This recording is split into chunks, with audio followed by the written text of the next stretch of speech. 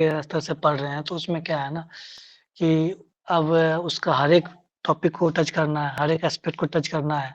जब हर एक एस्पेक्ट को टच कर रहे हैं तो उसमें फैक्ट भी आएगा, उसमें कांसेप्ट भी आएगा, डेटा भी आएगा। तो वो तो जैसे मान लीजिए रोल हो गया, इंट्रोडक्शन हो गया, क्या-क्या काउजेज है, इकोनॉमिक, सोशल, पॉलिटिकल, क्या-क्या एक्सपेंशन हुआ है, क्या-क्या क्रिटिक्स है, तो ये सब लिखाएगा। अब जब हम लिख रहे हैं तो उसमें क्या है कि 4 पेज, 5 पेज, 6 पेज चला जाता है, इससे कम नहीं जाता है। लेकिन ये जब आपने 6 पेज लिखा, तो आपका एक बेहतर एनालिसिस उस टॉपिक पे हो चुका है, क्योंकि आपने 2-3 सोर्स से उस नोट्स को बनाया, हर एक पहलू को टच किया, हिस्टोरिकल से लेकर के वर्तमान तक और क्या उसका इनिशिएटिव होना चाहिए, क्या सजेशन होना चाहिए। ये आपको लगभग 5 से 6 पेज में क्योंकि ये हम बात कर रहे हैं पीपीएससी के स्तर से 38 मार्क्स वाले पे, तो उसमें आपने बना लिया।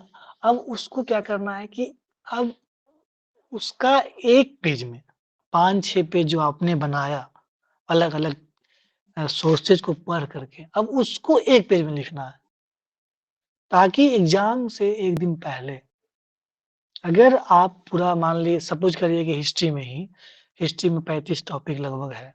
अब 35 टॉपिक है, मान लीजिए एक टॉपिक पे आपने 5 पेज का नोट्स बनाया, तो 35 पचे हो जाता है कितना? 175 होता है। अब 175 पेज पढ़ना ठीक है, बहुत ज़्यादा हार्ड नहीं है, लेकिन थोड़ा-सा दिक्कत हो जाता है जब आप मान लिए लेकिन वही उस 35 पेज पढ़ना हो, सपोज़ करिए कि 2 घंटा बाद एग्ज़ाम है या 2 घंटा तो मान लिए सुबह में उठ लिए, एक बार 35 पेज को सरसरी निगाह से देख लिए।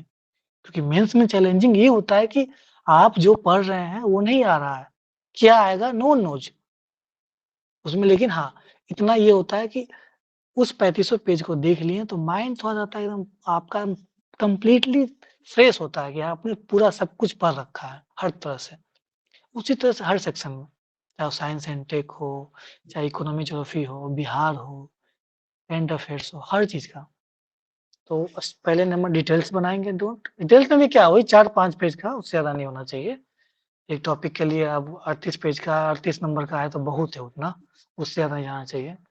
और उसमें है शॉर्ट वाला में है, तो 2 से 3 पेज या 1 पेज में ही बना लेते हैं। उसमें वही टच कर लेना है, थोड़ा-सा कोट्स, कीवर्ड्स, इंटरनेशनल संस्था का नाम आ जाना चाहिए, थोड़ा-सा स्कीम वगैरह आ जाना चाहिए, कुछ अगर डेटा है। 1 पेज में भी बड़ा वाला जो पेज होता है स्पाइरल कॉपी, उसमें भी हो जाता है तो नो डाउट कोई दिक्कत नहीं है।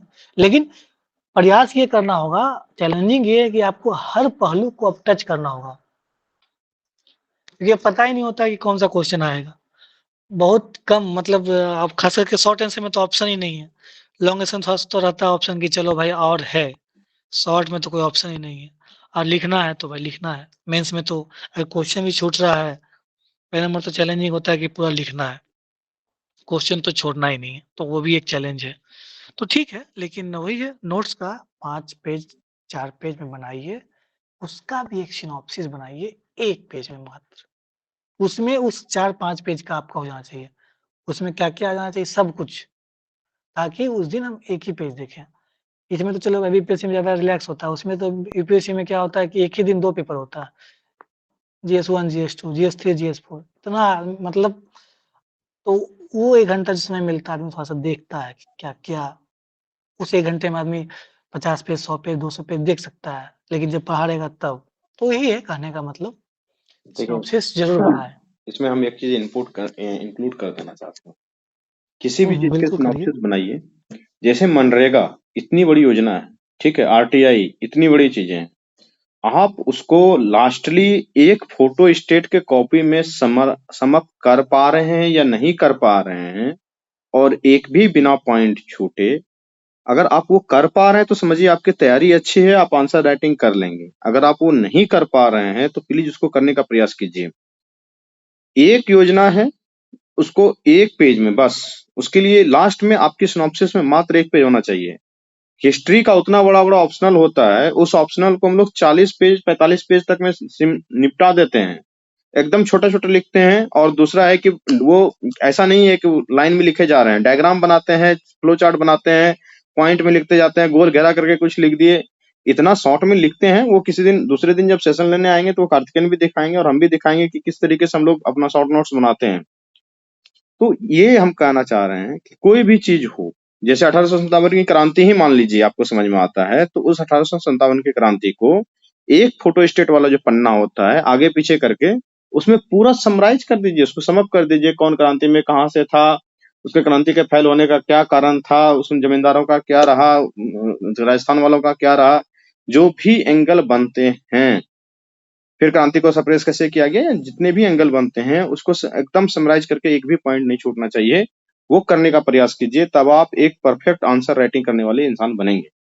और मैं अभी यही बताना चाह रहा हूँ, और एक आध चीजें हैं वो थोड़ा सा हाई लेवल की हो जाएंगे, फिर आप डरने लगेंगे कि नहीं इतना भी टफ है, टफ बिल्कुल भी नहीं है वो, ठीक है। तो और किन्हीं का कोई सवाल है? जैसा ये क्वेश्चन अलग, खुशी का कुछ सवाल है कार्तिकेयन ले ले, मैसेज में लिख रही है ये। सर जैसे है क्वेश्चन कि अदगल गगरी छलकत जाए तो आंसर इसके मीनिंग पर डायमेंशनली सोचना है ना, या वैसा ही वर्ड्स यूज करना होगा? कार्तिकेयन देखें, ये डायमेंशनली सोचना है। हाँ देखिए, अज्जल अज्जल गगरी छलकत जाए, देखिए इसका क्या है, इसका हिंदी क्या होता है बताइए, खुशी जी बताइए, क्या इसका हिंदी है, इसका शायद मीनिंग क्या है? शायद वो बोल नहीं पा रही होंगी, कहीं पे होंगे ऑफिस वगैरह में। अच्छा ठीक है, तो इसका जनरली जो मीनिंग होता है कि a little knowledge hmm is danger